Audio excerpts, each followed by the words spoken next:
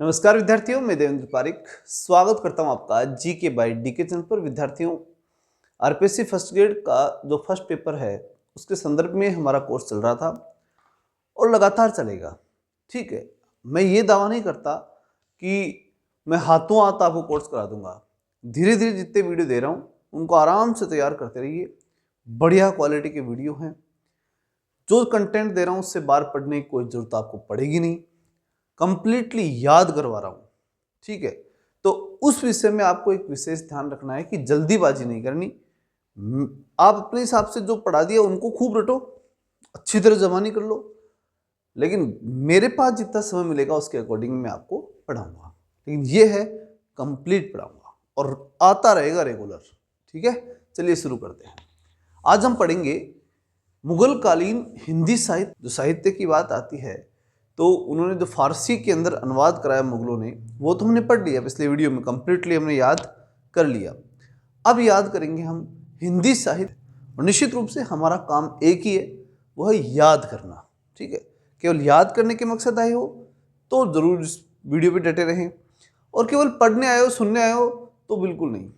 याद कराऊंगा तो समय भी लगेगा, लेकिन आराम से ध्यान से सुनना। ठीक है, हिंदी साहित्य, जब हिंदी साहित्य की हम बात करते हैं तो अकबर का काल हिंदी साहित्य का स्वर्ण काल कहलाता है। मतलब अकबर ने हिंदी साहित्य को बहुत गंभीरता से लिया, और उस समय फिर उसके बेटे ने भी बहुत इसमें इंटरेस्ट लिया। तो वो सब समय जो था, अकबर वाला टाइम फ्रेम, उस दौर में हिंदी साहित्य का अच्छा खासा विकास हुआ। तो हिंदी साहित्य का क्या कहलाता है, वो स्वर्ण युग कहलाता है। उसका पुत्र दानियाल हिंदी में कविताएं करता था। उसका पुत्र जो था वो दानियाल, वो क्या करता था, हिंदी के अंदर कविताएं लिखता था, उनको पढ़ता था। नरहरि चक्रवर्ती ने रुक्मणी मंगल और कवित्त श्रृंगार की रचना की। ये कवित्त है। ठीक है, तो दो किताबें किसने रखी? नरहरि चक्रवर्ती। नरहरि, नरहरि यानी नर यानी इंसान, और हरि यानी भगवान। भगवान इंसान के रूप में आते हैं, तो नरहरि चक्रवर्ती, और चक्र लेकर के आते हैं। मतलब इसका मतलब हो गया सार रूप में कि भगवान श्री कृष्ण वाली बात वो कह रहा है। अब इसमें ये ध्यान रखना है, जब कृष्ण है तो रुक्मणी है। ठीक है, तो उससे याद रखोगे नरहरि चक्रवर्ती, रुक्मणी मंगल, और फिर कवित्त श्रृंगार। और वो श्रृंगार रस में परिपूर्ण थे। भगवान श्री कृष्ण श्रृंगार को बहुत महत्व देते थे जीवन में। तो दोनों चीजें हो गई, रुक्मणी मंगल और कवित्त श्रृंगार। ठीक, दोनों जो किताबें थी वो किसने लिखी?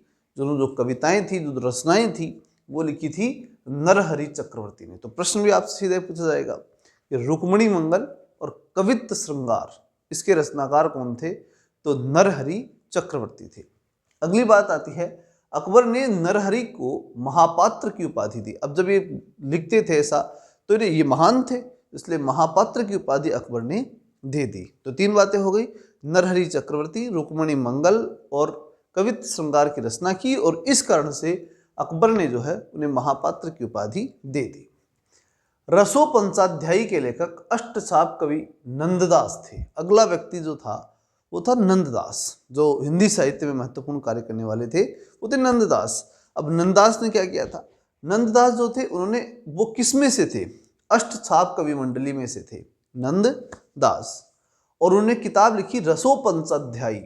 रस, ठीक है, पंचाध्यायी, पांच अध्यायों में पंचाध्यायी जो थी उसके और रस के रूप में प्रकट करने का प्रयास किया, इसलिए उसको याद रखना, रसो पंचाध्यायी। ठीक है, किसने रस दिया? नंददास ने। ठीक, जो नंद थे, देखो ये कृष्ण और ये अब नंद, नरहरि चक्रवर्ती भगवान श्री कृष्ण का रूप, और ये नंद हो गया उनके पिताजी का रूप। नंद के यहाँ पर वो रहे थे। तो दो हो गई बातें। अब नंद क्या है? वो रस देने वाले थे। उनको जो दूध का रस दिया था, दूध के रूप में भगवान कृष्ण को, किसने दिया था? नंद ने दिया था। इसलिए उससे जोड़ के रखना, नंददास रसो पंचाध्यायी, और ये नंददास जो थे वो अष्टछाप कवि मंडली में से थे। अगली बात, नंददास ने अकबर के दरबार में गीत गाते हुए ही दम तोड़ दिया था। ठीक है, तो नरहरि के पिता के रूप में हम देखें तो नंद हो गए। अब वो उस रूप में देख सकते हैं कि आयु वृद्ध थी, तो वृद्ध आयु में क्या हुआ?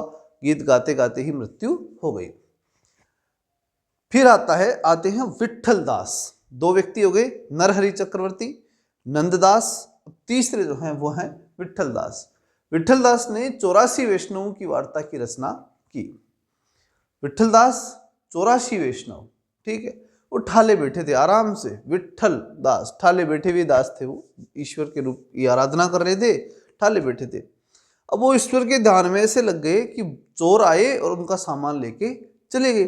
तो विट्ठल दास ने 84 वैष्णवों की वार्ता की रचना की और फिर उन जो चोर थे उनका ध्यान लगाया कि वो कहाँ से चले गए, क्योंकि पहले तो योगी लोग थे, तो चोर कहाँ था इसकी जानकारी ले ली और उनकी जो चर्चा थी चोरों की वो भी उन्होंने सुन ली। तो विट्ठल दास की हम बात करें तो 84 वैष्णवों की वार्ता, ये आप इस प्रकार से याद रखिएगा। ये शब्द क्या है, जुड़ जाते हैं फिर याद रह जाते हैं, इस प्रकार से इसको याद विट्ठल दास को रखेंगे।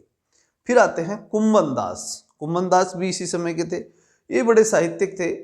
अकबर ने उनको फतेहपुर सीकरी बुलाया था, किनको, कुंभन दास को, ठीक है, इन्हें कुंभा थे, बैठ गए, वो बैठ गए, अब किसी के बुलाने पर नहीं जाएंगे, वैसे सम्मान का विषय भी था।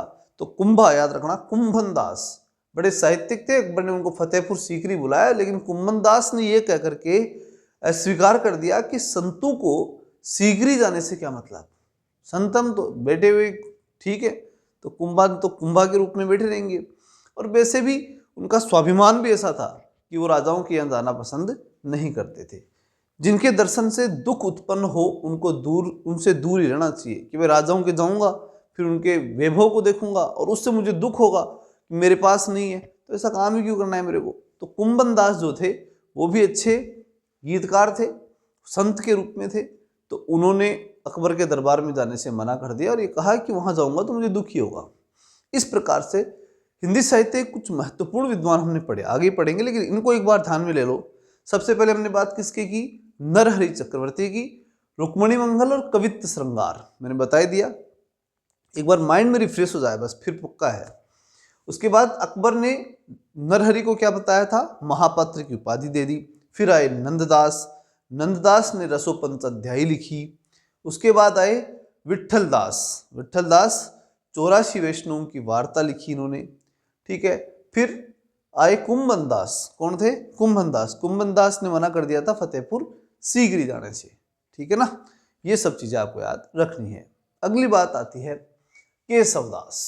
केशवदास और तुलसीदास इस समय के बड़े महत्वपूर्ण कवि थे, ठीक है। उस समय एक मतलब दोहा भी चला था कि सूर सूर तुलसी रवि उडगन केशवदास, अब के कवि खद्योत सम जह तह करत प्रकाश। तो इसका मतलब ये था कि तुलसीदास जी और केशवदास जी ये बहुत, और सूरदास जी, ये तीन महत्वपूर्ण कवियों में से थे, बाकी तो सब चलाऊ थे एक मामला। इन्हें दो तो बहुत उस समय अकबर के काल के थे, केशवदास और तुलसीदास, और उन्होंने बहुत अच्छे हिंदी साहित्य के अंदर काम किया था। अकबर के समकालीन ये माने जाते हैं तुलसीदास और केशवदास, ये याद रखना है विशेष रूप से। ओरछा के केशवदास ने रामचंद्रिका, ओरछा जो है उसके थे, वहां के थे केशवदास, ठीक है, ये अच्छी तरह याद रखना है। केशवदास कहाँ के थे, ओरछा के, और उन्होंने क्या लिखी थी, रामचंद्रिका। केशव यानी कृष्ण, कृष्ण ने किसके बारे में बताया, राम के बारे में बताया, तो रामचंद्रिका केशवदास की। जहांगीर जस चंद्रिका, विज्ञान गीत, रसिक प्रिया, अलंकार मंजरी और वीर सिंह देव चरित की रचना इन्होंने की थी। और किसकी रचना की, जहांगीर जस चंद्रिका, जहांगीर के समय की जस के बारे में, यानी राजा महाराजा थे तो उनके यशगान की बात हो गई।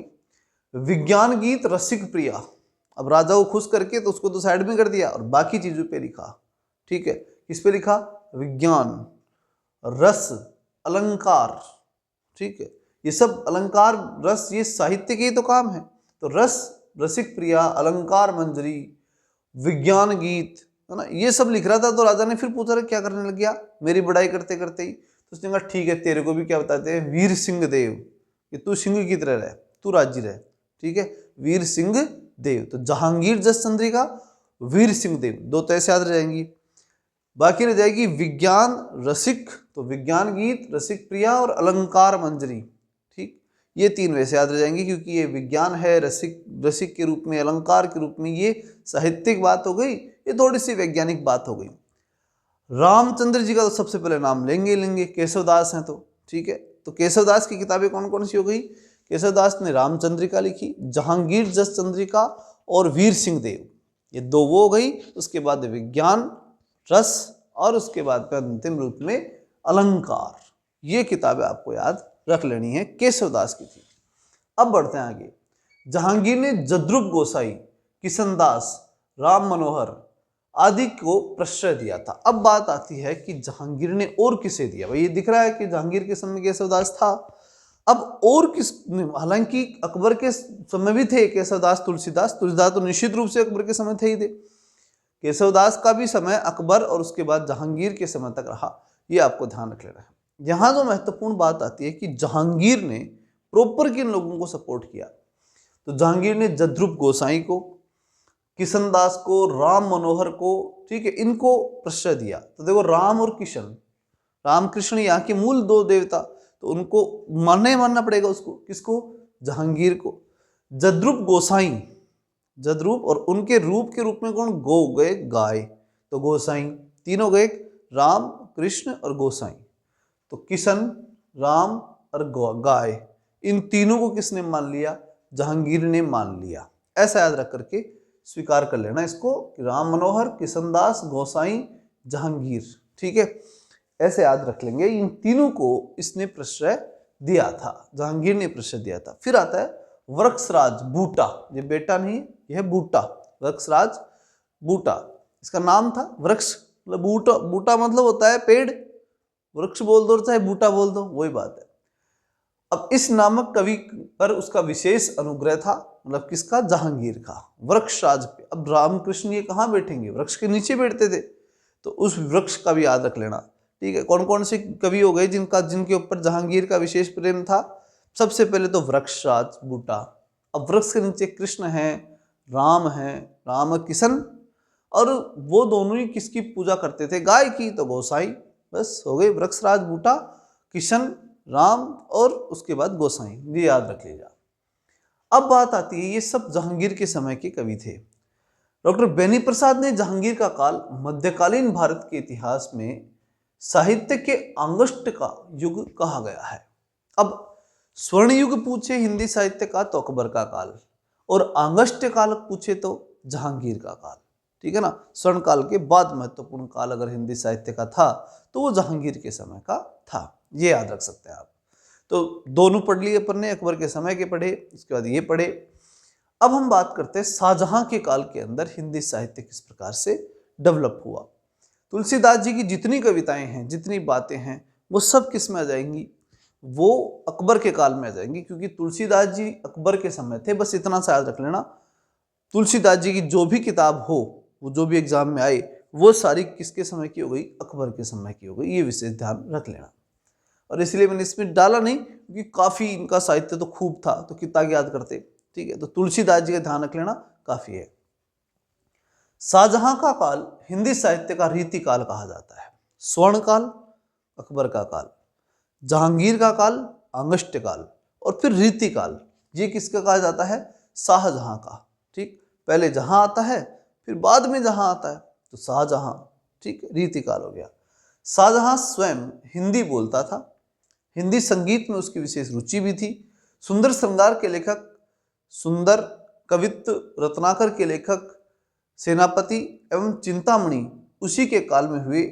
सुंदर को शाहजहां ने महाकवि राय की उपाधि दी थी, ठीक है। इसको एक बार देख लेते हैं। शाहजहां स्वयं हिंदी बोलता था, यहाँ तक कोई दिक्कत नहीं, वो हिंदी का सम्मान करता था, बात हो गई। अब वहाँ जो बात आती है वो ये कि हिंदी संगीत में उसकी विशेष रुचि थी, संगीत में रुचि थी उसकी, हिंदी के संगीत में रुचि थी, किसकी, साहब की, शाह यानी साहब की क्या थी रुचि, किसमें, हिंदी के संगीत में। सुंदर श्रृंगार के लेखक, अब सुंदर श्रृंगार एक किताब है, उसके लेखक कौन थे, सुंदर, सुंदर ने सुंदर श्रृंगार कर दिया, ठीक है। कवित्व रत्नाकर के लेखक सेनापति, एक नाम था सेनापति, उसने क्या किया, कवित्व रत्नाकर, कवि का रत्न, ठीक है, कवि और फिर कवि का रत्न, तो कवित्व रत्नाकर की रचना किसने की, सेनापति ने। फिर आता है, और चिंतामणि उसी के काल में हुए। जो सुंदर, जो महत्वपूर्ण कवि था उस समय का, उसको शाहजहां ने महाकवि राय की उपाधि दी थी, किसको, सुंदर को, सुंदर को, जो सुंदर था, ठीक है, जिसने सुंदरता की बात कही तो उसको जो है महाकवि कहा। किसने? शाहजहां ने, साहब ने। ये याद रख लेना। तीनों किताबें याद रह जाएंगी शाहजहां के समय की। और रीतिकाल का समय याद रखना कि इसे हिंदी साहित्य का रीतिकाल कहते थे। और इस समय का महत्वपूर्ण कवि जो है वो था कौन?